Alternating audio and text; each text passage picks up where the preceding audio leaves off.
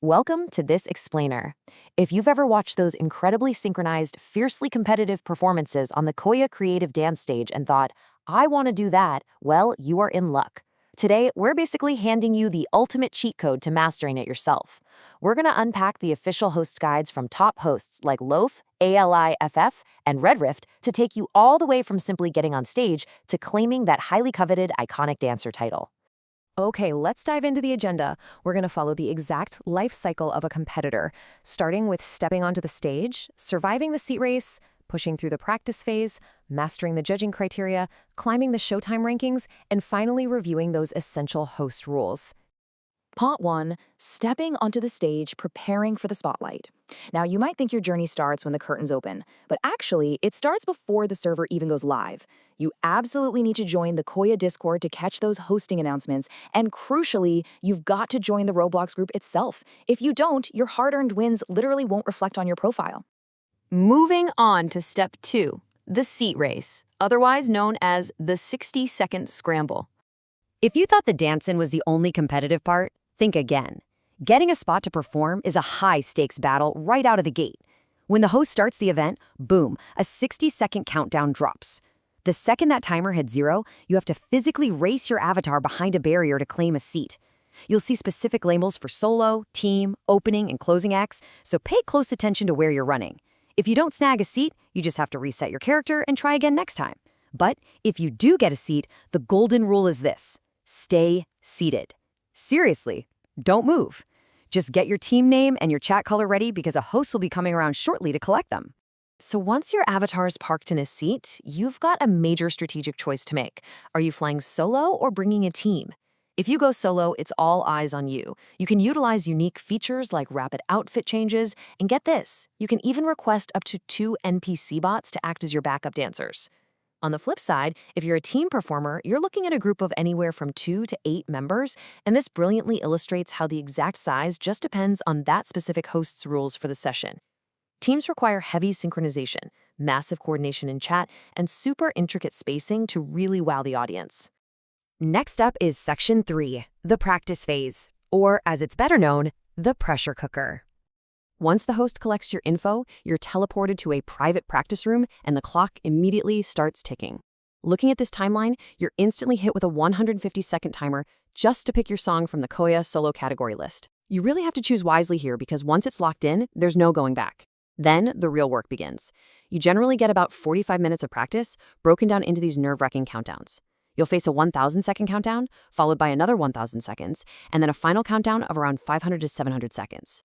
Sometimes, if the whole server votes for it, you might get a brief 180 to 300 seconds of extra time. During this block, you must coordinate your outfits, memorize your transitions, map out your stage spacing, and assign lyric duties. It is incredibly intense. Which brings us to Section 4, mastering the judging criteria. This is literally the cheat code to winning. So, the crucial point is right here in this breakdown. It's so easy to waste all your practice time perfectly matching your outfits, right? But surprisingly, concept, which includes your outfit styling and song selection, is only 20% of your grade. Originality and choreography make up 30%, but a massive 50% of your entire score comes purely from performance.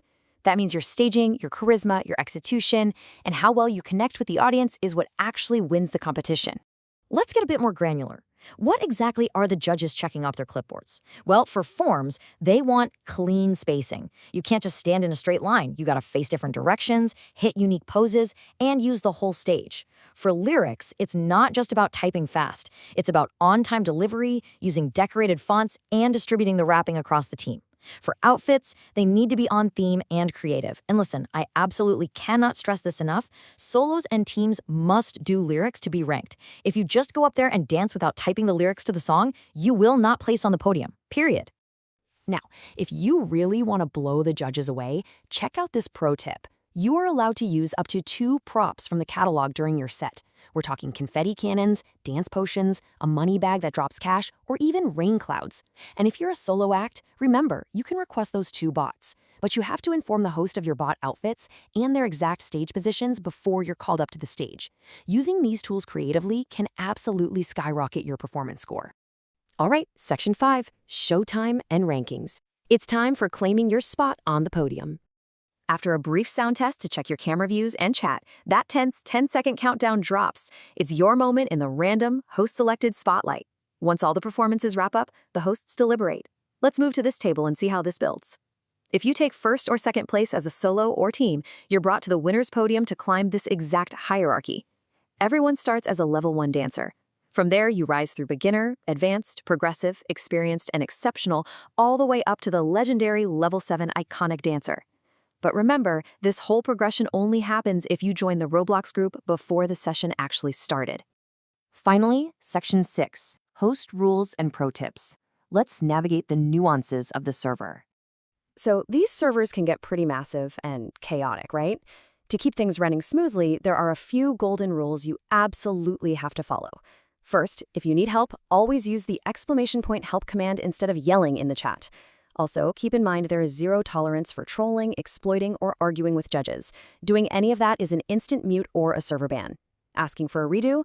That will definitely hurt your score unless the host actually made a technical error. If you're an opening or closing act, you're generally unranked, but performing lyrics gives you a shot at a rank anyway. Lastly, if the server gets completely full, hosts might kick guest-ranked players to make room for active contestants who are stuck in line. It's strictly business to keep the competition flowing. But hey, amidst all the pressure of those crazy 1,000-second countdowns, the strict lyric criteria, and the absolute chaos of the seat races, take a step back and remember this exact quote found repeatedly across the official host guides. Above all, the competition is all about having fun while playing together. At the end of the day, the KO Creative community is all about shared joy, showcasing the hard work you've put in, and celebrating each other's incredible creativity. Well, the secrets are out. You know exactly how to grab a seat, how to budget your intense practice time, and you know for a fact that your performance energy matters way more than anything else. So with this playbook firmly in your hands, the only question left is, are you ready to survive the seat race, master those 1,000-second countdowns, and become the next iconic dancer? Thanks for checking out this explainer, and we will see you on the stage.